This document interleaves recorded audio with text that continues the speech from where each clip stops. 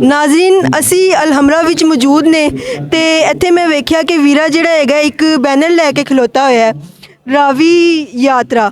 ਤੇ ਮੈਨੂੰ ਨਹੀਂ ਸਮਝ ਲੱਗੀ ਕਿ ਰਾਵੀ ਯਾਤਰਾ ਕਿਸ ਗੱਲ ਦੀ ਯਾਤਰਾ ਹੈ, ਕਰਵਾਉਣ ਲੱਗੇ ਨੇ ਜਾਂ ਇਹ ਕੀ ਮੌਕਿਫ ਕੀ ਹੈਗਾ ਇਹਨਾਂ ਦਾ ਇਹ ਲੈ ਕੇ ਖੜੇ ਹੋਣ ਦਾ, ਤੇ ਉਹਨਾਂ ਕੋਲੋਂ ਜਾਣਦੇ ਨੇ ਕਿ ਉਹ ਕੀ ਕਹਿੰਦੇ ਨੇ ਇਸ ਬਾਰੇ। अस्सलाम वालेकुम सर। जी वालेकुम अस्सलाम। सर क्या नाम है आपका? मेरा नाम मोहसिन है जी, तो मैं स्कूलों में पढ़ाना साइंस। ਤੇ ਤੁਸੀਂ ਇਸ ਬਾਰੇ ਵਿੱਚ ਕੀ ਦੱਸੋਗੇ, ਇਹ ਕੀ ਹੈਗਾ? ਇਹ ਜੀ ਸਾਡੀ ਸਭ ਦੀ ਗੱਲ ਹੈ ਕਿ ਅਸੀਂ ਇੱਕ ਵਾਕ ਕਰ ਰਹੇ ਹਾਂ 5 ਫਰਵਰੀ ਨੂੰ ਰਾਵੀ ਯਾਤਰਾ ਦੇ ਨਾਂ ਦੀ। ਇਹ ਸਾਡੀ ਦੂਸਰੀ ਵਾਕ ਹੈ।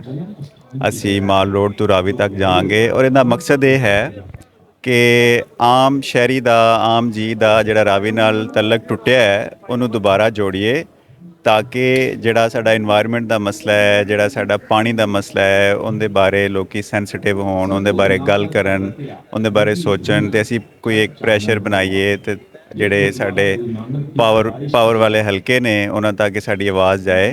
ਤੇ ਜਿਹੜਾ ਅਸੀਂ ਗੰਦਾ ਪਾਣੀ ਪਾ ਰਹੇ ਹਾਂ, ਗੰਦੇ ਨਾਲਿਆਂ ਦਾ ਪਾਣੀ, ਇੰਡਸਟਰੀ ਦਾ ਪਾਣੀ ਗੰਦਾ ਪਾ ਰਹੇ ਹਾਂ ਉਹਦੇ ਵਿੱਚ, ਉਹ ਇਸ ਫਿਰ ਅੱਗੇ ਸਾਡੀਆਂ ਫਸਲਾਂ 'ਚ ਜਾਂਦਾ ਹੈ, ਸਬਜ਼ੀਆਂ 'ਚ ਜਾਂਦਾ ਹੈ, ਉਹ ਅਸੀਂ ਖਾ ਰਹੇ ਹਾਂ, ਜਿਹਦੇ ਨਾਲ ਕੈਂਸਰ ਵੱਧ ਰਹੀ ਹੈ, ਬਾਕੀ ਬਿਮਾਰੀਆਂ ਵੱਧ ਰਹੀਆਂ ਨੇ। ਤਾਂ ਕਿ ਲੋਕਾਂ ਨੂੰ ਇਹਦੀ ਅਵੇਅਰਨੈਸ ਹੋਏ, ਲੋਕ ਸਾਡੇ ਨਾਲ ਜੁੜਨ। ਇਹੀ ਸਾਡਾ ਮੈਸੇਜ ਹੈ, ਸਾਡਾ ਮਕਸਦ ਹੈ, ਸਾਡਾ ਕੰਮ ਹੈ। ਤੇ ਤੁਸੀਂ ਇੱਥੇ ਮੈਂ ਵੇਖਿਆ ਕਿ ਇਕੱਲੇ ਹੀ ਖਲੋਤੇ ਹੋ, ਤੇ ਬਾਕੀ ਵੀ ਕੋਈ ਆਏ ਸੀ ਨਾਲ ਜਾਂ ਫਿਰ ਇਕੱਲੇ ਹੀ ਆਏ ਹੋ? ਨਹੀਂ, ਇਹ ਸਾਡੀ ਤਹਿਰੀਕ ਹੈ, ਰਾਵੀ ਬਚਾਓ ਤਹਿਰੀਕ ਦੇ ਨਾਂ ਤੋਂ। ਉਹਦੇ ਵਿੱਚ ਅਸੀਂ ਕਾਫੀ ਸਾਰੇ ਲੋਕ ਹਾਂ ਔਰ ਇਹ ਤਹਿਰੀਕ ਸਭ ਦੀ ਤਹਿਰੀਕ ਹੈ। ਇਹ ਕੋਈ ਮੇਰੇ ਇਕੱਲੇ ਦੀ ਨਹੀਂ ਹੈ। ਮੇਰੇ ਨਾਲ ਅਬੂ ਜ਼ਰ ਮਾਧੂ ਨੇ ਜਿਹੜੇ ਇਹਦੇ ਬਾਨੀ ਨੇ, ਇਹਨੂੰ ਸ਼ੁਰੂ ਕਰਨ ਵਾਲੇ ਨੇ। ਕੁਝ ਲੋਕ ਅੰਦਰ ਸੈਸ਼ਨ ਅਟੈਂਡ ਕਰ ਰਹੇ ਨੇ, ਲੇਕਿਨ ਇਹ ਮੈਸੇਜ ਸਭ ਦਾ ਹੈ ਔਰ ਸਭ ਹੀ ਇਸ ਤਹਿਰੀਕ ਦੇ ਸਾਥੀ ਹੋ ਸਕਦੇ ਨੇ, ਹੋਣਾ ਚਾਹੀਦਾ। ਕੋਈ ਇਹ ਮੇਰੀ ਇਕੱਲੇ ਦੀ ਤਹਿਰੀਕ ਨਹੀਂ ਹੈ, ਇਹ ਸਭ ਦੀ ਤਹਿਰੀਕ ਹੈ। ਤੁਸੀਂ ਨਹੀਂ ਗਏ ਇਹ ਛੱਡ ਕੇ ਕਿ ਤੁਸੀਂ ਇਹਨੂੰ ਜ਼ਿੰਮੇਵਾਰੀ ਸਮਝਿਆ, ਲੇਕਿਨ ਉਹ ਚਲੇ ਗਏ। ਮਤਲਬ ਕਹਿੰਦੇ ਨੇ ਨਾ ਕਿ ਤਹਿਰੀਕ ਜਿਹੜੀ ਹੈਗੀ ਹੈ, ਇਨਕਲਾਬ ਜਿਹੜਾ ਹੈਗਾ ਉਹ ਇੱਕ ਤੋਂ ਹੀ ਸਟਾਰਟ ਹੁੰਦਾ ਹੈ। ਤੇ ਨਾਜ਼ਰੀਨ, ਤੁਸੀਂ ਵੇਖ ਸਕਦੇ ਹੋ ਇਹ ਹੈਗੇ ਨੇ ਜਿਨ੍ਹਾਂ ਨੂੰ ਪਾਕਿਸਤਾਨ ਦੀ ਫਿਕਰੇ, ਪਾਕਿਸਤਾਨ ਦੇ ਇਨਵਾਇਰਮੈਂਟ ਦੀ ਫਿਕਰ ਹੈਗੀ ਹੈ। ਵਰਨਾ ਹੋਰ ਵੀ ਲੋਕੀ ਇੱਥੇ ਹੈਗੇ ਨੇ। ਅਗਰ ਮੇਰੇ ਕੈਮਰਾਮੈਨ ਸਾਹਿਬ ਘੁਮਾਣ ਕੈਮਰਾ ਤੇ ਤੁਹਾਨੂੰ ਵਿਖਾਣ ਕੇ ਇਸ ਵਕਤ ਇਸ ਜਗ੍ਹਾ 'ਤੇ ਕਿੰਨੇ ਲੋਕੀ ਮੌਜੂਦ ਨੇ, ਪਰ ਇਹ ਇਕੱਲੇ ਖਲੋਤੇ ਹੋਏ ਨੇ ਇਸ ਜਗ੍ਹਾ 'ਤੇ। ਤੇ ਪਾਕਿਸਤਾਨ ਦੀ ਮਾਹੌਲੀਆਤੀ ਦੇ ਜਿਹੜੀ ਤਬਦੀਲੀਆਂ ਨੇ ਉਹਦੇ ਬਾਰੇ ਵਿੱਚ ਇਹ ਪਰੇਸ਼ਾਨ ਹੈਗੇ ਨੇ। ਸਮੋਗ ਤੇ ਦੀਗਰ ਜਿਹੜੇ ਵੀ ਮਸਲੇ ਮਸਾਇਲ ਨੇ ਉਹਨਾਂ ਨੂੰ ਖ਼ਤਮ ਕਰਨ ਵਾਸਤੇ ਇਹ ਇਕੱਲੇ ਖਲੋਤੇ ਨੇ।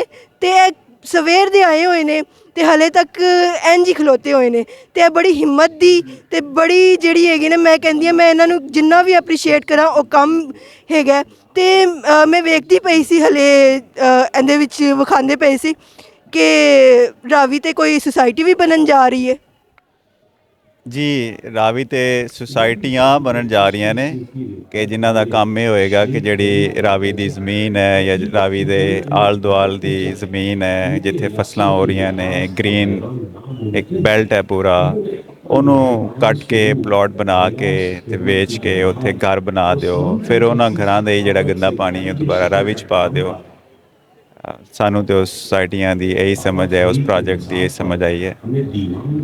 ਨਾਜ਼ਰੀਨ, ਅੱਗੇ ਬੜਾ ਜ਼ਿਆਦਾ ਚੰਗਾ ਜਿਹੜਾ ਹੈਗਾ ਹੈ ਪਾਕਿਸਤਾਨ ਦਾ ਇਨਵਾਇਰਮੈਂਟ ਹੈਗਾ ਕਿ ਲੋਕੀ ਹਸਪੀਟਲਾਂ ਵਿੱਚ ਜਾਂਦੇ ਪਏ ਨੇ ਤੇ ਹੁਣ ਹੋਰ ਸੁਸਾਇਟੀਆਂ ਬਣਨ ਲੱਗੀਆਂ ਨੇ।